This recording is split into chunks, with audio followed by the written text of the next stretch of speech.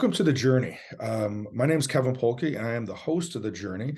And we are very fortunate today to have a friend of mine. We go back to to at least to the early 90s when we first met and worked together for a while. We have Dr. Terrance Lichtenwald with us today. And so his background is from a clinical psychologist to a school psychologist, and then also was trained as a forensic psychologist. So wealth of experiences as well as scenarios that you've been. You're now retired and in your as you've described it to me, your sanctuary up in northern Wisconsin. So Dr. Lichtenwald, Terry, it's great to have you on the show. It's always great when we have conversations, and so welcome to the Journey. Well, thank you. So whenever we start, I always ask our guests to just maybe share what do you, when you have an opportunity to have fun, what's fun? What do you do with some spare time? What do you do to have fun? Well, preparing for our chat today, I spent time talking with my wife, and really one of the things I did to have fun was reduce my stress all the way through a big section of my journey. And the way that was done was I was trained to over and over until they became behaviors to always do certain things because of the risk of the job I was in. And I did that. I was really impressed with a group of individuals when I went to work for the government that had clear priorities. And it was God, country, family. And those were their priorities. And they were very mission or assignment orientated. So when you work, you work. You are 100% focused, working on a team or your assignment. And when you're not working, then you're not working. But when you're working, which is so radically different than what I found in the civilian world when I transitioned back, is that so much of the time in the workplace is spent not mission oriented, not focused. It's better to be with a group of people that are that work in a hostile environment and are serious and focused and have fidelity, integrity, honor. It's just less stressful. And the way it's for me, I mean, you smile, I know, because, we've talked over the years, and I just find I would rather be with what they call special operation response team members or certain federal law enforcement agents or officers. Is less stressful than being with a school principal. Yeah. Well, it's so interesting. And you and I have shared cases, over the years and talked about cases. And I have some individuals that have high levels of anxiety under normal circumstances, but one of their ways of coping with their anxiety is to do high risk activities, rock climbing, bungee jumping, parachuting, high risk activities that forces them, right? Snowboarding, that forces them to be 100% in tune. And there's no room for what if and worry and anxiety because they're 100% focused on that activity that requires all their attention. And so that reminds me of what you were just saying, is that the greater the external risk, the more that we are forced then to know what our assignment is, know who our teammates are, know what they're doing, and then lean into that, and everything else was extraneous. Yes, I remember part of my training, there were main components. One was the weapons program, the weapons, firearms, and I had to be proficient in rifle, pistol, shotgun on a federal course. And I was coming in as a Wisconsin kid with a hunter safety background. And that's not what we're doing. And so, and then when I went into my other training, I had to go with the SORT team members. And part of the program, you have to be able to get out of buildings different ways. And one of them is they had a rappelling tower. You have to run up these steps, and they're the steps the size of like in a building. And you run up and then you get on the top, you clip on, and you have to throw yourself off the roof. And this tower was built way up in it was 4 or 5 stories tall.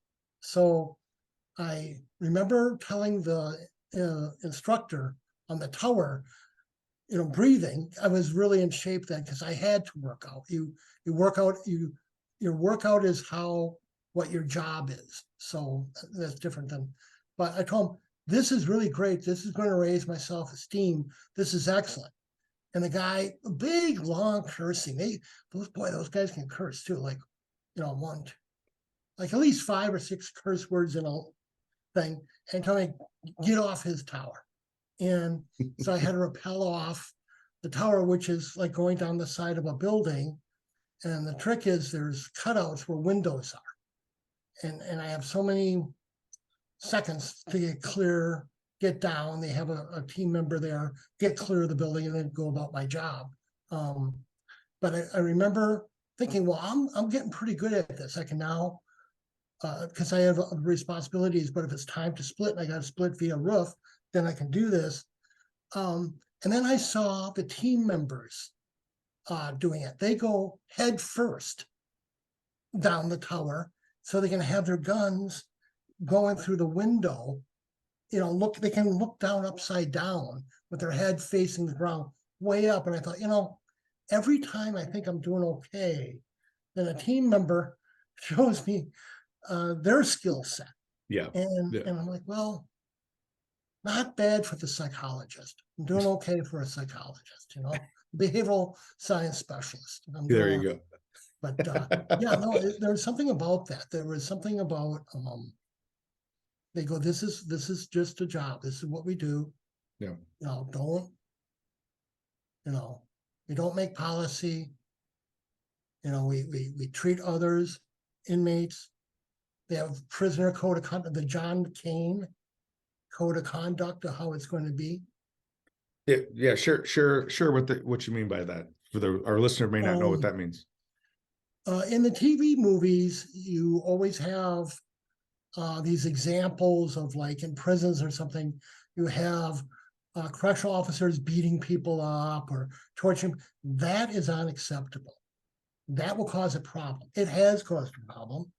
I think some of the material you've seen that research was with Phil Zimbardo, the Stanford prison study. Mm-hmm, mm-hmm. And what's interesting about that is when he went to shut it down, he had a hard time getting the people that were selected to be guards to stop being abusive. Then at the federal level, we had the Cuban crisis and what happened there in the prison system. And then we had Abu Ghraib in the Middle East. And so you definitely, whenever you have a correctional officer who is shaming or humiliating another staff member or a detainee, not even an inmate, a detainee, someone that's just being held there, then the security of your loyalty is always security of the institution, security and assist to your teammate, and then finally to yourself. That is a straight, everything is very organized. The other thing I liked about those guys is they always had clipboards. Everything's on a clipboard. Any problem you could possibly have, they have a policy procedure on a clipboard. There you go. And they've been through it. They've been around the world. They've served, and many of them were professional military and served, and there's just a certain way, and I incorporated that into myself. Sure. I thought, you know what, this is right. Before I go into work, I should look around. I still pray twice a day, and I remember telling the team when after I got hired, how you get hired is really different, but I Well, had trained at, what's that? no, just right before you go there, just for some of our listeners, they may not have known when you first started in school, when you were young, when you were a teenager, you weren't necessarily interested in forensics. No, And so you were interested maybe in helping people, but not necessarily in forensics. So maybe tell us a little bit about that, because we have a lot of I listeners that may okay, not. know how this. Yeah, yeah. Okay, I'm from Wisconsin, and I started dating a young woman, and she went to the University of Wisconsin-Madison. I, like many of the people in the part of this where I come from, I was interested in zoology. Everybody wants to be a ranger up here. So, you know, and why not live your life tracking bears or whatever, you know? So I was in the BioCore program at Madison. And because of the way it was, I had to do work study. So that's mainly you take zoology, biology, chemistry. And I was lucky enough to get a student research position in neurosurgery, ophthalmology, neurosurgery, and oncology. Another one was in ophthalmology, and I was acknowledged in that research article about ultraviolet radiation affecting molecular with DNA. Anyways, and my last place was at the Weissman Center, which is an institute, you probably may have heard of it, where they do the research, and that was on EEG, brainwave patterns of infants while you were giving them the Bailey scale of infant development. And I thought humans, by then I had worked with monkeys, baboons, dogs. I'd drawn blood, lab study, and I knew I didn't want to get my doctorate and try to survive on a grant. I was, and I like people. So I thought, so I switched from the BioCore program and graduated with my degree in what they call broad field social studies. So it was sociology, anthropology, geography, and psychology. And I was thinking about what to do. I still had accrued enough credits to apply to dental school. But when I heard the dentist come and talk, it's like, oh, no way. I'm not that. No, that's not. Nope. And spit, back in the day. So no. So I took a year off and taught in Milwaukee at a residential school and talked to the people that I knew at Madison. And they said, why don't you become a school psychologist? You can work with kids and you'll find the program not hard. So I applied to UW Whitewater. They had recommended Whitewater for being a good education school. So I went there. I had my while I was at Madison in the neurosurgery, the surgeons and the researchers gave me money, not me personally, but they had money because I was able to go and do the computer to score the research, to make the graphs, get the data analysis. So at like 2:30 in the morning, I'm down at the mainframe computer, and that's where I met, and this is a pivotal point, all the data scientists and engineers, mathematicians, and I got to hang out with them while they were waiting for time on the mainframe. And so I started learning to write computer code a little bit. So then when I went to Whitewater, I also had a research position working on writing for the mainframe computer to score an IQ test. So I had my master's, my 30 credits, and then you do a written exam, then 30 more credits, the practicums, internship in Fort Atkinson, and I liked it. What I would do, that's up by Wisconsin Dells. I'm such a typical Wisconsin person. I go, okay, now but I think, they know where Wisconsin Dells. They should. A lot of people know where Wisconsin Dells are. Anyways, So, and the psychiatrist would come once a month, and he was from Madison.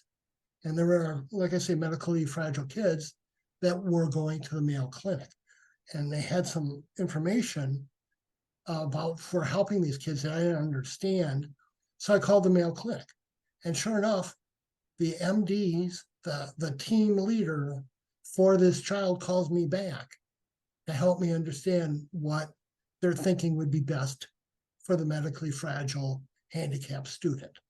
And so that's how I started getting connections. And they're like, have you thought about going to grad school?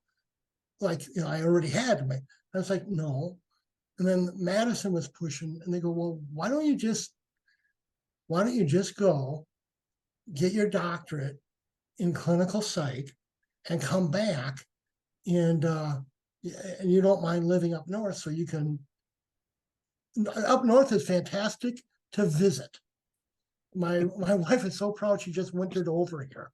So one whole winter here. But if you're not from here, baby, oh yeah, things you got to know or experience. But anyway, so the idea was I took another year as a school psychologist. I studied for my GRE.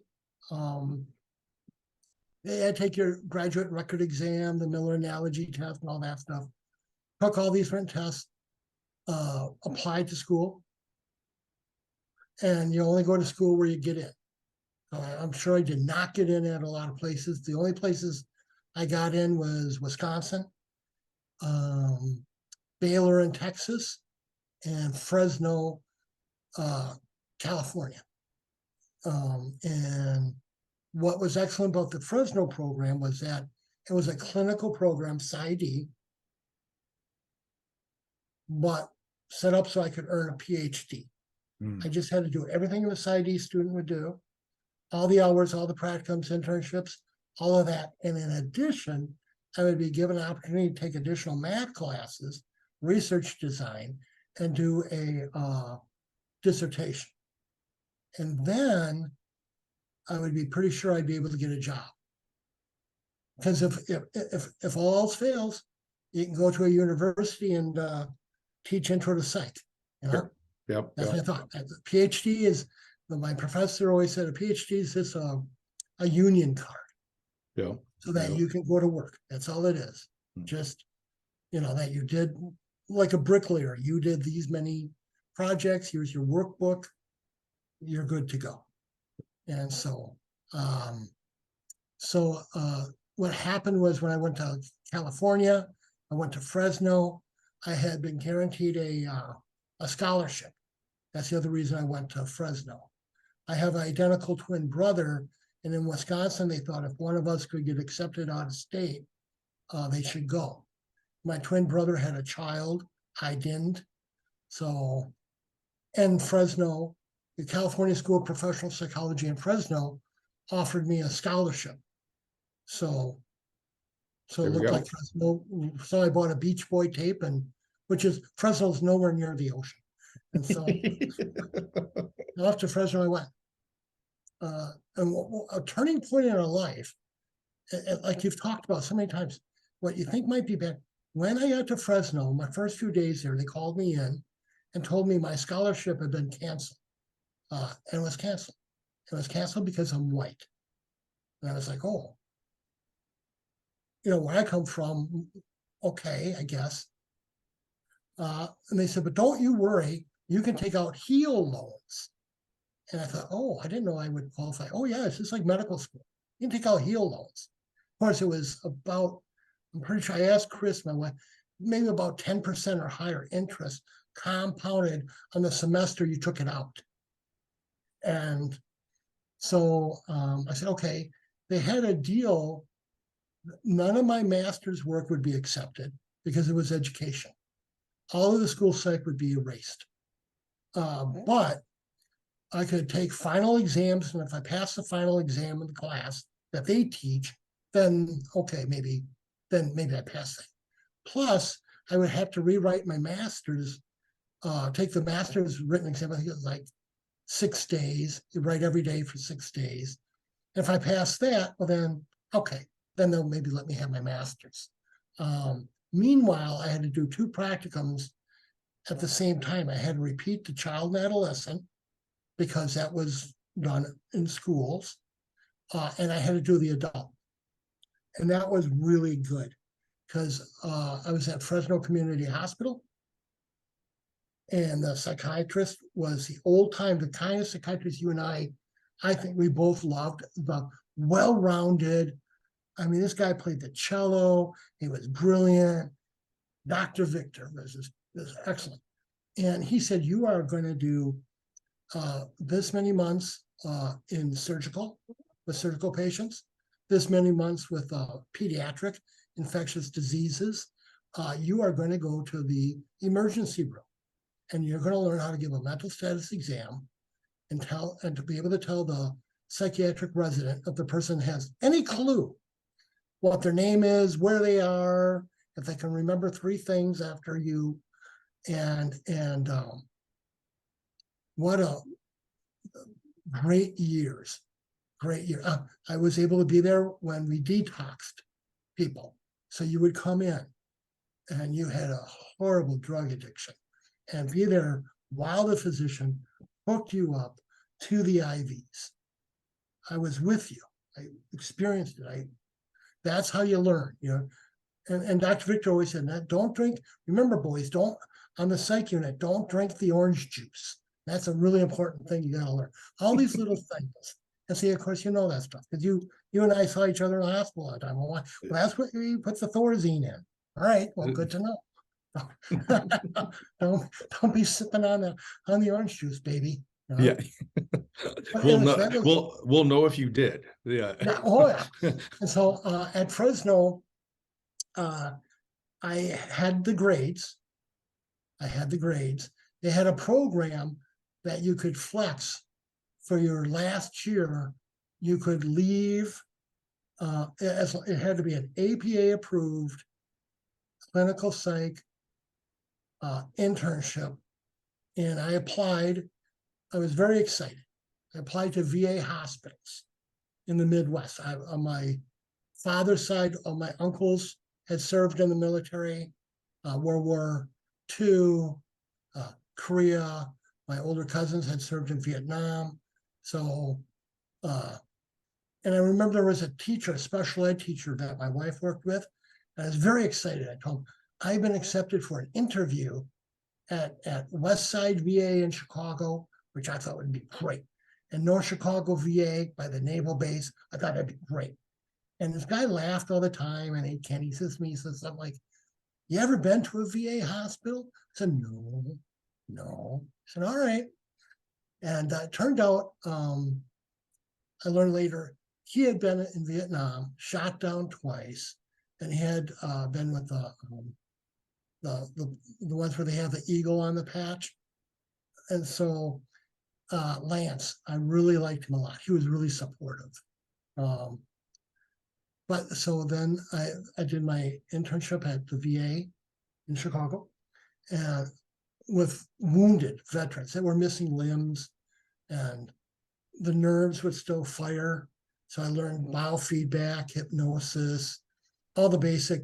I was always interested, the nervous system stuff. And then I was put in a group, a combat group, for a year. I didn't think much of PTSD then. I wasn't really interested. I didn't think it, but they were getting into the group is easy. Like so many, my journey has been so. All they asked me is if I knew who Jane Fonda was, and I said, yeah, she was an older lady, kind of hot in workout videos, and a couple other things. And they said, okay, well, sit down and shut up. And I was in the group, and I saw a lot of it. Cancer was everywhere. With the beds. I was there when guys were getting artificial limbs, working with how that nervous system, and then they go golfing. And one of the things they would do is, that's crazy, but they shoot the golf balls to hit the naval base barracks where the kids are. Oh man. So I always ask if could the combat veterans have lost an arm stop swinging the golf clubs and dropping the balls over on on the Navy. So anyways, I like those guys a lot. The vets were very good to me. I was there when men died. I got to stay with them right while they died. So with all these educational experiences that you had, and I appreciate, for our listeners to be able, because that my journey was very similar. I mean, not similar from the aspect of, I knew that I wanted to work with people. I knew that I wanted to help people, but I had no idea after that, really. I was a competitive athlete that now was looking at the mental, emotional part of the game instead of just the physical part of the game. And it literally was like not knowing where this journey was, for me, starting out in the fitness world and then going to corrections and then into the psych hospital at Oakwood Hospital and and working addiction and all that part of it. I didn't have really much. I knew the direction I wanted to go in, but it was not at all defined. Meaning I wanted a job, wanted to pay off, any level of debt that I had at the time, and just wanted to work with people. Right. I mean, that was about as much as I as much as I knew, right? And so I think of that is like when I think of younger people that ask me about, well, what should I do? And I suggest to them, are you a people person or a thing person? And if you're a people person, then you need to be doing something along that line, or you're going to grow bored working on things. Mhm. And the other way around, right? And so as you're on this journey, when you and I were talking, a piece that came into it was this whole element that people don't understand at all, except on 9 o'clock TV, some kind of series or whatever, was this idea of forensic psychology. And so tell us a little bit about that. And then I know I wanted to jump into the idea of the element that led to you working with the white collar crime piece of it, and then how that, the negative side of that. So go ahead. Well, one of the things that after the work at the VA hospital, then in clinical psych, you have to do yet another year, the postdoc year. And mine was in internal medicine in Barrington, Illinois, which at night, when the doctors show the place to you, it looks kind of like Wisconsin. In the daylight, it's obviously not Wisconsin. I don't think there's an old F-150 pickup truck in the joint, Everything is like decked out, super nice, no gun rack, Barrington style. So I was working there. And when I was in school back in California, that's why when you talk to students, you don't know, when you think something is bad or it's going to be a problem, you don't know if it's a blessing or not. So the fact that my scholarship was canceled I was just trying to get by as fast as I could, doing what I could. The students were very nice to me. I had never been to like the gay and lesbians. The lesbians had a party and I was invited. And back then I was really like, yeah, that was great. They even had a quarter barrel of beer, Kevin. And I was like, oh my God, they didn't even know, they know what these cups are. They had the cups, they had the whole deal. And they weren't being like mean. It was just like, yeah. And I'm drinking this beer. I'm like, this is what I'm talking about. This is great. And then my wife pointed out to me, have you noticed anything? I thought, no, the beer is tapped, right? It's cold. We got the cups. Life is good. I can't imagine what else there could be. She said, you're the only guy here. I was like, what? Go, yeah, and so, and then the gay guys had a party and they had finger sandwiches and stuff. They really do it nice, and they had their finger sandwiches and everything. And I was invited to go to the gay parade in I don't know, San Francisco or something, and I didn't go. I didn't have the money. I had to work. I didn't go. That's one of my big regrets. I should have. And then before I left California, they took me surfing.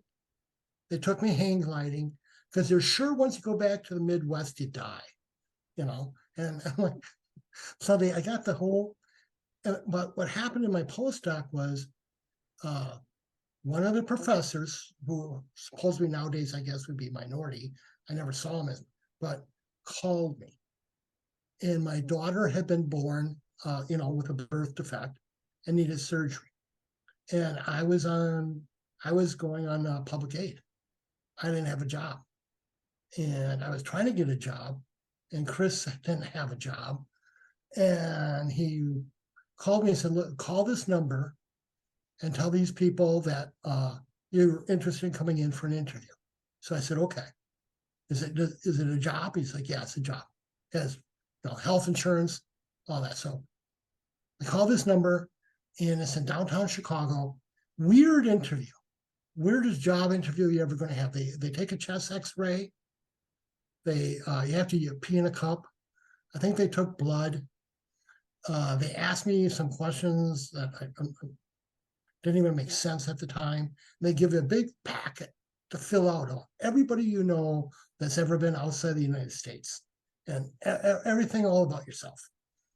And so my mom was still alive then, so I could ask her. And then you're told to go home. Then you go home with the packet, fill it out, send it in. And then later, you get a call, you get an airplane ticket.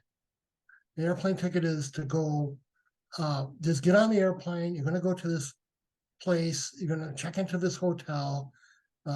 Next day, you're going to go to the lobby, and this person's going to meet you there, and you're going to get in the car with this person. And I'm like, okay, I can, all of this stuff, even a guy from Wisconsin can do. I can follow all of this. And so you get there, and it's a really weird interview. I was hoping I would get maybe to work in a prison, in a hospital setting. And they asked questions about basically what would it take for you to shoot somebody? How would you handle hostage, hostage takers, if you were in charge of resolving a hostage situation, what would you do? And my answer, the psychologist, there's about 15 people in the room when you're interviewing, and the front of those were the psychologists. I could tell they were not digging what I was saying, but there were a group of men in the back that were like, that's right. That's a good idea. You should do that.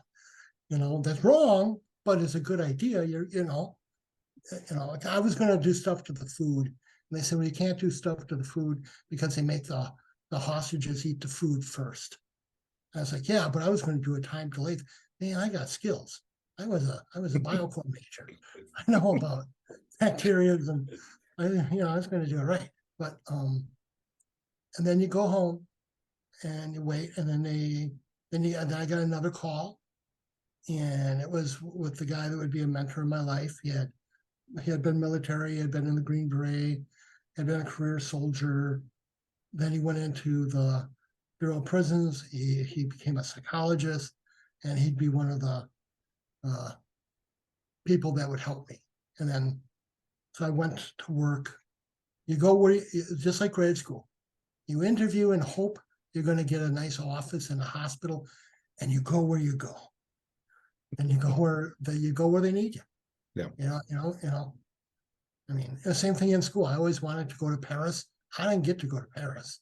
We all had to do out of country experiences. I was definitely not Paris. So, my country was not Paris. So in that, and thank you for the notes that you had sent me earlier. There's clearly the training, the process to become a forensic psychologist versus a clinical psychologist who has an interest in forensics. Two totally different things, right? Totally different. And then your piece of your experience was that you ended up spending time working with white collar crime. And Right. so maybe talk a little bit about, for our listener, what is white collar crime, and then what did you learn about that? And then you were recognized with an article that you published about white collar crime turning red. And so maybe if you could touch on those two things. Right. So you wanted to know What happens is after you complete all your training as a clinical psychologist, so now a good additional 7 years of your life are gone. So you're up to about 12 years in college and training. Then they send you to school. I was sent to a federal law enforcement training center in Georgia. And most of your classmates were military. In fact, I think including the women. So I was probably the only one in my class that was not proficient in stripping down, cleaning, and putting back together a firearm while they're timing you. We don't do that in hunter safety. We have a cup of coffee, maybe a sandwich, but we're not, this is not any, and then the policies, procedures, guidelines, like I say, weapons, hostage survival training, that's important. You got to learn these skills because your job isn't going to be like TV, like what you're talking about. Your job is you're going to go and spend time with these people. You're going to read all about them. You're going to read all the police reports. You're going to watch their interrogations. You're going to watch their videos. You're going to listen to their telephone conversations. You're going to read their mail, and you're going to spend time with them. And some of these people are extremely violent, vicious. I mean, I spent a lot of time with, back then they used to call them narco-terrorists, and then regular type terrorists, there's a difference. Abductors, kidnappers, unlawful restraint, bank robbers, arsonists. That's what you're doing. And then I was assigned to have to spend time at Camp Fed. And what happens is these highly, highly manipulative, emotionally callous towards other people show up. And some actually bring luggage. It's shocking. They bring luggage. Not just any luggage, not like luggage you and I would get from Walmart or something. This stuff is decked out with some la-di-da name on it, I'm like, all right. And then I got to do your mental status exam to make sure you don't have institutional shock. I mean, you got people that come with tennis rackets. So, and you read about them, and I'm like, you are a scumbag, worthless. You destroy. There were hardworking men and women in this country, and you raped their pension. Now they're going to have trouble getting co-pays for their Medicare, getting the medicines they need, housing, and you spent it on drugs, women. You, like that one infamous guy gave himself an award for being like a wrestler. He ripped off an honor pin from an honor society and was tooling around. He wasn't even in that society. And then he was always manipulating other people. That's what they're like. Like I know I've shared with you, if you take the hunter pedophiles that go for children to exploit them for their own personal, financial, emotional, sexual gratification, they hunt kids, and say that's in one circle here, here, and then you take the white collar criminals here, and you put those two circles, and you see how much of it overlaps or not. I'd say at least like 68% of it overlaps, and that's the myth of the white collar criminal. So many judges and people, and the criminal will just tell you, well, he's not here to address that. So Yeah, so it's interesting, and I know you and I, with my background when I first came on, when we first met, was with the criminal thinking model, the irresponsible thinking model with Samuelson and Yogelson. So that helped me be able to look at individuals, regardless if it was addictive thinking model or criminal thinking model is that it had less to do with the behavior was just a symptom to reflect what their thinking was, and that they may not have used, not that they wouldn't, but they may not have used a weapon such as like a firearm to commit the crime, but they're thinking about wanting to use people to get whatever they wanted achieved was very similar. Yeah, I think one of the things is they want to hurt people. They enjoy taking your money is great because then they can spend it on drugs and women and cars and houseboats, whatever. But hurting you is a big plus for them. They dig it. They like it. They're so weak and cowardly that they feel they're in control and dominating you by hurting you. So the money is a way to, it is like a knife to your heart. And that's what they're doing. And then they get away with it. So many times people go, well, and that you're right. And the people you were talking about, they're Frank Perry, who is really the main man on this research. I think he just wrote part of a review or a section for Seminole on his new book. And he knows Har from Har's work on the psychopath, the snakes and suits and all that. So I think, for our listener, part of the reason why I wanted to have you come on is one, not only we've been friends for a long time, and I've always, the conversations we've always had, have always been fascinating just because of your layer of experience as well as expertise.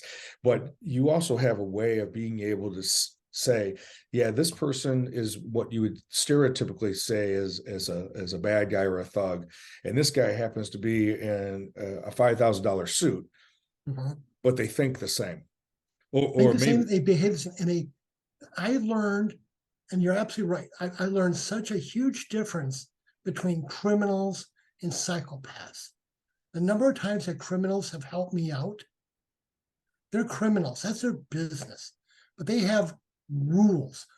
I remember when a group of bank robbers were complaining about another group of bank robbers.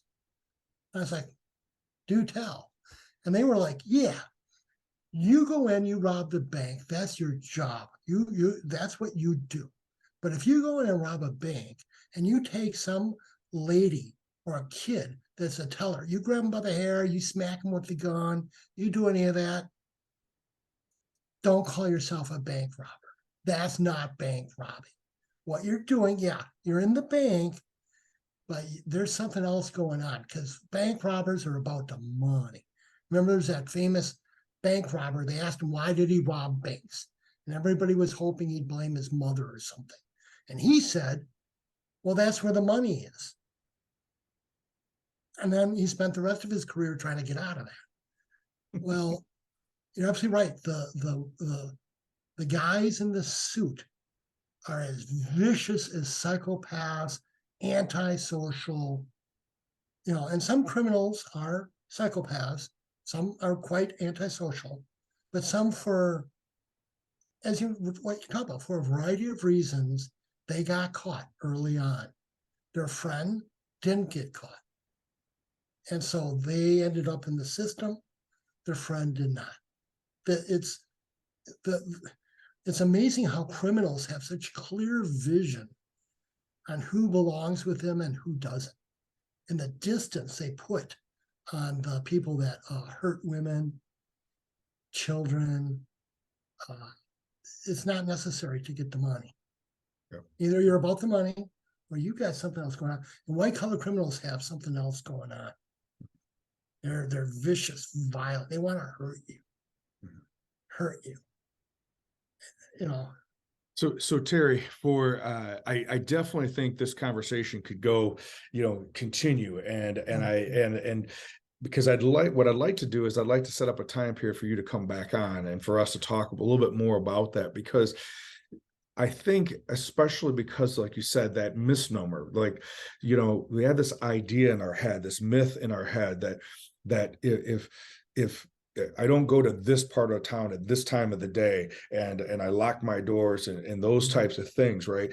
And I think that is that we're cognizant of that, and we're aware of that, or whatever. But I don't really believe that the average person knows what to do, or even be aware of someone regarding this. How do I know that this is a scam that's part of a white collar crime? How do I know that this is what's going on? And maybe at some point we could have you come back on and we can talk a little bit about what are some of those things that we can be cognizant of, aware about, what either how to avoid that situation, or if I find myself beginning to be courted.